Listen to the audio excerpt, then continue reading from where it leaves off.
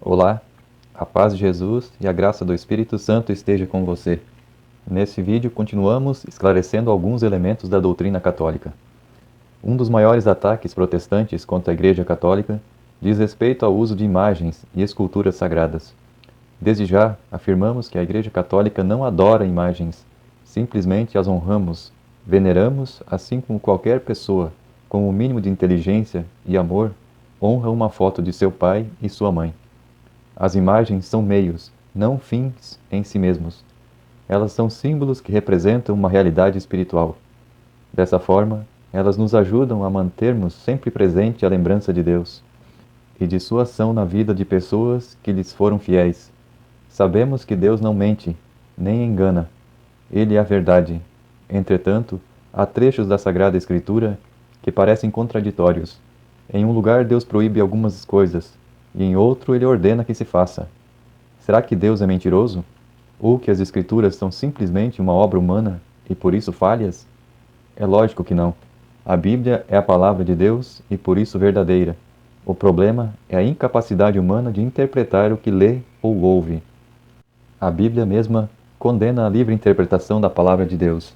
Na segunda carta de Pedro, no capítulo 1, versículo 20, ele diz: Antes de tudo, sabei que nenhuma profecia da Escritura é de interpretação pessoal. E afirma que a Igreja é a coluna e sustentáculo da verdade. Primeira carta a Timóteo, capítulo 3, versículo 16. Ou seja, não sou eu ou você, é aquela Igreja que foi fundada sobre os 12 apóstolos e seus sucessores que decorrem na história, o clero católico que recebeu de Jesus o Espírito Santo para interpretar corretamente as Escrituras. Nem tudo o que Jesus fez ou pregou está escrito na Bíblia. Como afirma João, no capítulo 21, versículo 25, Jesus fez ainda muitas outras coisas. Se fossem escritas uma por uma, penso que nem o mundo inteiro poderia conter os livros que se deveriam escrever. E também São Paulo, segunda carta a Tessalonicenses, capítulo 2, versículo 15, diz: Irmão, estais firmes e guardai a tradição que vos foi ensinada, seja por palavras, seja por carta nossa. Portanto, Paulo faz distinções, destaca dois meios de transmissão do Evangelho, a ser guardada pela comunidade, a palavra falada e as cartas escritas. Essa afirmação do apóstolo deslegitima a doutrina protestante de que só aceita a Bíblia, o que está escrito. Pois, bem, antes de condenar a doutrina católica é preciso conhecê-la. Vamos então analisar esse tema das imagens. O primeiro mandamento proíbe a criação de imagens de escultura para adorá-las. Isso é encontrado no livro do Êxodo, onde lemos, capítulo 20, versículo 3. Não terás outros deuses diante de minha face. Não farás para ti escultura, nem figura alguma do que está em cima nos céus, ou embaixo na terra, ou nas águas, debaixo da terra. Não te prostrarás diante delas, e não lhes prestarás culto. Perceba que o texto fala de outros deuses. Saiba que a Igreja Católica jamais considerou outros deuses além da Santíssima Trindade. Todo o resto são criaturas de Deus. O que o texto nos proíbe é fazer imagens para tomar o lugar de Deus, ou para adorá-las ou servi-las. Esse é um pecado da idolatria. Antes de acusar a Igreja de idolatria, leia todo o Catecismo Católico e me prove onde está escrito a palavra adoração para qualquer criatura. Simplesmente não há. A fé católica é cristocêntrica. Tudo se refere a Jesus. Perceba como não era a intenção de Deus proibir o uso de imagens sagradas. Se você ler no Êxodo 25, 18, Deus ordena que os judeus façam 2 querubins de ouro batido para colocar sobre a arca da aliança no templo. Da mesma forma, no livro dos Números, capítulo 21, versículo 8, Deus ordena a Moisés que faça uma serpente de bronze, para que os judeus pudessem ser curados das picadas das serpentes. Percebeu como Deus ordena fazer esculturas? Portanto, as imagens são proibidas somente se lhe atribuímos um poder que pertence apenas a Deus, ou se as adoramos como deuses. Ídolo é um falso Deus que é adorado tanto no coração como em uma representação externa dele, como numa imagem. Imagem é uma representação de algo inanimado, de um animal ou de uma pessoa. Portanto, a imagem de Nossa Senhora, dos anjos e dos santos não são imagens de uma deusa ou deuses. Não são ídolos, porque não são deuses. No mesmo livro do Êxodo, proíbe que sejam feitas imagens de ídolos, que são falsos deuses. Entretanto, manda Moisés fazer 2 querubins de ouro e também fazer uma serpente de bronze, que também não é uma divindade.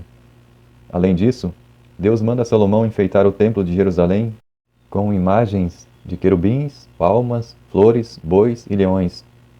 Leia nos textos de 1 Reis, capítulo 6, versículo 23 a 35, e também no capítulo 7 a 29. Ora, se Deus manda fazer imagens em várias passagens das Escrituras, tanto em Êxodo como no primeiro livro de Reis, também em Números, e proíbe que se façam imagens em outra, de duas, uma, ou Deus é contraditório, ou fazer imagens não é idolatria. Portanto, fica claro que o erro não está nas imagens, mas no tipo de culto que se presta a elas. Errado é o culto de adoração aos falsos deuses, e o certo é o culto de veneração aos anjos santos e Nossa Senhora, que não são deuses. Da mesma forma que os judeus veneram seus ancestrais, que foram santos e fiéis a Deus, como os patriarcas Abraão, Isaque e Jacó, também Moisés e o rei Davi, Salomão e profetas. Também a Igreja Católica reconhece a santidade dos 12 apóstolos, dos mártires, das virgens, dos doutores, de modo especial da Virgem Maria, a única mulher que pode chamar o Filho eterno de Deus de meu filho, aquela que o anjo mensageiro de Deus proclama a cheia de graça, aquela que Isabel também, movida pelo Espírito Santo, chama de mãe do meu Senhor. E a própria Virgem, movida pelo Espírito Santo, profetizou que todas as gerações a proclamarão bem-aventurada. Gostaria de fazer uma pergunta a você, que não é católico. A tua igreja é fiel à Bíblia? Tua igreja proclama a Virgem Maria como bem-aventurada? Se não proclama, lamento informá-lo, mas não estão obedecendo à palavra de Deus que profetizou isso. Certas deturpações da palavra de Deus nas Escrituras não são tão recentes.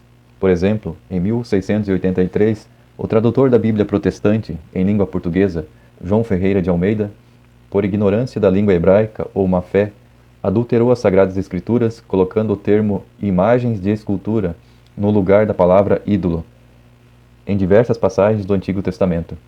Em Êxodo, capítulo 20, versículo 4, em Isaías 42, versículo 8, Isaías 42, versículo 17, no capítulo 44, versículo 9, 44, versículo 10, 44, 17, onde nos originais em hebraico significa a palavra ídolos, João Ferreira de Almeida substituiu por imagens de escultura. A palavra foi escrita em hebraico e se lê pesel, que se traduz no grego como eidolon, e em português como ídolo. Vejamos um exemplo da Bíblia. João Ferreira de Almeida, em Isaías 42, versículo 8, diz assim: Eu sou o Senhor, este é o meu nome, a minha glória, pois a outrem não darei, nem o meu louvor às imagens de escultura. Enquanto que na Bíblia Católica, que veio dos originais, está escrito: Eu sou o Senhor, este é o meu nome, a ninguém cederei minha glória, nem a ídolos minha honra. Perceba que aqui Deus está falando de falsos deuses, ídolos. A mesma adulteração está nas demais citações que anteriormente destacamos. Outro erro da tradução da Bíblia João Ferreira de Almeida está em Tito, capítulo 3, versículo 1, que diz: Admoesta-os a que se sujeitem aos principados e potestades, sendo que a verdadeira tradução vinda dos originais é: Admoesta-os a que sejam submissos aos magistrados e às autoridades. As palavras aqui não têm nada a ver uma com a outra. João Ferreira de Almeida criminosamente também usou a palavra procissão em Isaías capítulo 45, versículo 20, para condenar as imagens, trazendo assim mais um pretexto para negar as procissões católicas. Traduziu como congregai-vos e vinde, chegai-vos juntos, os que escapastes das nações. Nada sabem os que conduzem em procissão as imagens de escultura, feitas de madeira, e rogam a um Deus que não pode salvar. Enquanto na Bíblia Católica diz: Vinde, reuni-vos todos, aproximai-vos, vós que fostes salvos dentre as nações. Nada disso compreendem aqueles que trazem seu ídolo de madeira, aqueles que oram a um Deus impotente para os salvar. João Ferreira de Almeida comete vários outros erros de tradução, como por exemplo em Isaías capítulo 7, versículo 14. A palavra hebraica alma significa moça jovem, que foi traduzida como virgem, sendo que a palavra virgem em hebraico se fala betulá. E esse erro de tradução persiste até hoje nas versões protestantes. Os erros aumentaram, incluindo os de gramática, com frases inteiras erradas, tanto para fraseologia quanto para ortografia e sintaxe. Os atualizadores das edições contemporâneas são, na maioria, estrangeiros que mal conhecem a língua portuguesa e escrevem no nosso idioma palavras e frases tiradas do inglês, pois é comum esses revisores e atualizadores serem norte-americanos. Percebemos que os não católicos fazem certas exegeses sem analisar a língua hebraica na qual a passagem foi escrita. Percebemos que Deus proibiu aos israelitas a confecção de imagens, estátuas, etc., devido à imaturidade na fé e no conhecimento de Deus, como acontecia com os povos antes da encarnação de Jesus. As pessoas facilmente atribuíam a esses artefatos um caráter religioso. Eram considerados pelos pagãos como Deus presente naquele objeto. O objeto em si era considerado Deus.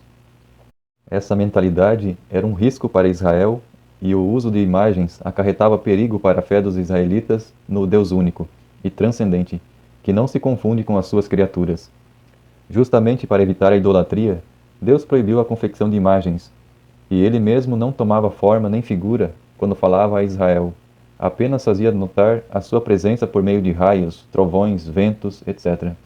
O próprio Javé se dignou revelar o motivo da proibição no texto de Deuteronômio, capítulo 4, versículo 15 e 16, paralelo ao Êxodo 20, capítulo 4 e 5. Diz assim: Estai atentos, já que não vistes forma nenhuma no dia em que Javé, no Horebe, vos falou, em meio ao fogo. Não prevariqueis, e não façais imagens de escultura a representar o que quer que seja. Em resumo, a proibição no Antigo Testamento era motivada pelo perigo da idolatria que continuamente ameaçava Israel, e pelo fato de que o Senhor Deus nunca se manifestava com alguma forma ou figura que pudesse ser reproduzida. Mesmo com esse perigo de idolatria, o Senhor não somente permitiu, mas até mandou que se confeccionassem imagens sagradas, a fim de elevar a piedade de Israel. Foi, por exemplo, que se deu na fabricação da Arca da Aliança. Em vista disso, a Bíblia costuma dizer que Javé estava assentado sobre os querubins. Além disso, no templo construído por Salomão, conforme o texto sagrado, foram confeccionados querubins de madeira preciosa para ficar junto da Arca da Aliança. E mais, as paredes do templo foram todas revestidas de imagens de querubins.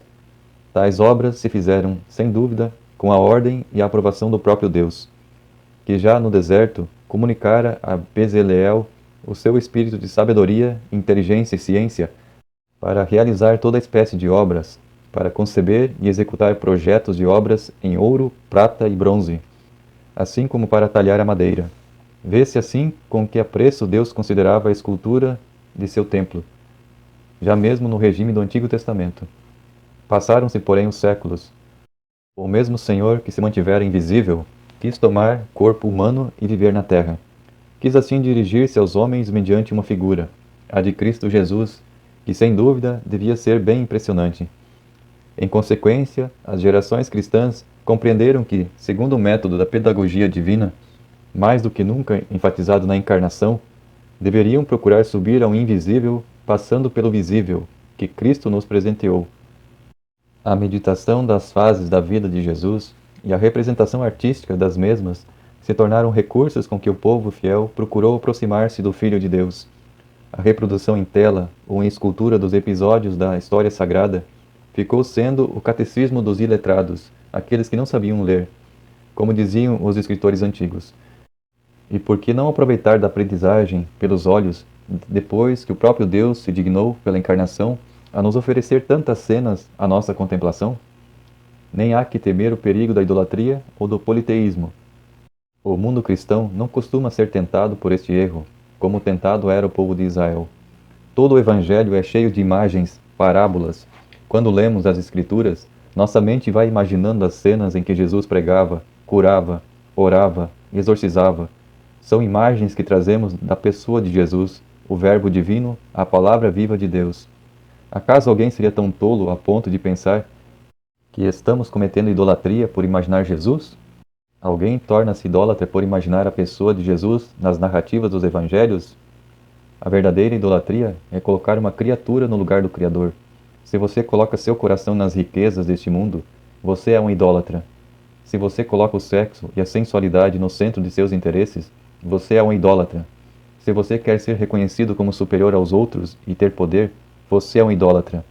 Há, portanto, muitos meios de ser verdadeiramente um idólatra. Cada um julgue a si mesmo. A soberba de ter sempre a razão também é uma idolatria. Abra os olhos. Na base, pois, dessas considerações, os cristãos perceberam que o preceito de não fazer imagens no Antigo Testamento tinha um papel pedagógico, como prevenção por causa da ignorância e da mentalidade da época. A Igreja Católica, durante o Concílio de Trento, em 1545, emitiu uma declaração clara sobre as imagens e estátuas, segundo a seção 75 desse Concílio Geral, onde lê-se: as imagens devem existir, principalmente nos templos, principalmente as imagens de Cristo, da Virgem Mãe de Deus e de todos os outros santos, e que a essas imagens deve ser dada uma correspondente honra e veneração, não porque se creia que nelas existe divindade ou virtude alguma pela qual mereçam o culto, ou que se lhes deva pedir alguma coisa, ou que se tenha de colocar a confiança nas imagens, como faziam antigamente os gentios, que colocavam suas esperanças nos ídolos, mas sim porque a honra que se dá às imagens se refere aos originais representados nelas, de modo que adoremos unicamente a Cristo por meio das imagens que beijamos e em cuja presença nos descobrimos, ajoelhamos e veneramos os santos, cuja semelhança é espelhada nessas imagens. O texto é claro, a Igreja permite a veneração das imagens porque a honra é diretamente dirigida a Cristo e aos seus santos. O católico se põe na presença de Deus e se ajoelha e ora, conversa com Deus, não com as imagens. As imagens são símbolos que remetem à realidade espiritual que não podem ver por enquanto, pois ainda estamos neste mundo. Sobre uma questão afim, alguns cristãos podem se opor à veneração das imagens dos santos por acreditarem que a honra deve ser dirigida somente a Deus e não a Maria ou aos santos. E citam a primeira carta a Timóteo, capítulo 1, versículo 17.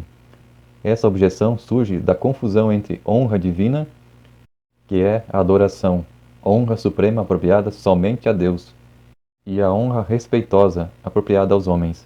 Segundo a Bíblia, o povo de Deus se curvou diante do rei Davi para lhe demonstrar honra, em 2 Samuel, capítulo 24, versículo 20. Na 1 Crônicas, capítulo 29, versículo 20. Também em 21, 21. Também Obadias, em 1 Reis, capítulo 18, versículo 7, se prostrou ajoelhado diante de Elias, mostrando-lhe reverência, por ser um profeta de Deus. Nos Atos dos Apóstolos, capítulo 16, versículo 27 a 30, o carcereiro se ajoelhou diante de Paulo e Silas, e não houve repreensão por parte do apóstolo. Também, em 1 Crônicas, capítulo 21, versículo 16, vemos o rei Davi e os anciãos se prostrarem diante do anjo do Senhor.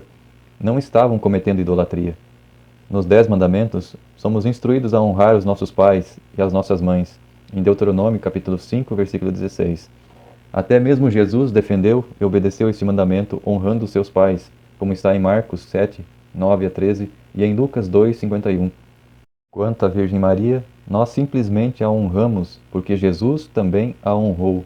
Nós somos cristãos, imitamos Jesus. Em 1 Coríntios capítulo 11, versículo 1, diz isso. A Igreja permite a veneração dos santos e das suas imagens, enquanto permanece dentro do justo limite da honra própria para os homens. É bom honrar os santos por seu amor e confiança em Deus. Quando reconhecemos o valor de uma obra, estamos homenageando o autor, o Criador. É evidente que as imagens não são objeto de adoração por parte dos católicos. Esta forma de culto, que consiste em reconhecer a soberania absoluta do Criador, convém somente a Deus. Nunca poderá ser compartilhada nem com a Virgem Mãe de Deus, nem com algum santo, muito menos ainda com figuras inanimadas. As imagens são apenas sinais que, impressionando a nossa sensibilidade, devem estimular o espírito para aderir mais plenamente ao bem invisível que é Deus, ou para se dirigir a um amigo de Deus já existente na glória, um santo.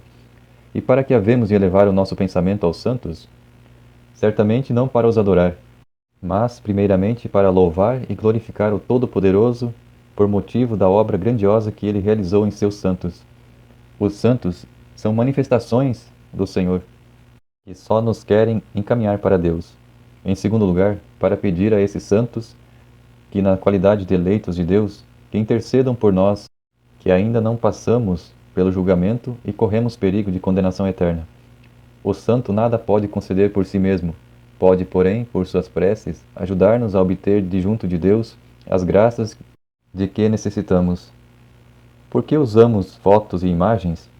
Usamos as fotos e imagens para nos lembrar das virtudes de um santo em particular ou da Mãe Santíssima, para nos lembrar também que devemos imitar as suas virtudes, para nos ajudar a nos concentrar em nossas orações, para honrar aquele santo em particular ou a Mãe Santíssima, que são os heróis de Deus. Há um ditado que diz: quem não é visto não é lembrado. Essa frase tem um fundo de verdade. Nossa memória é fraca.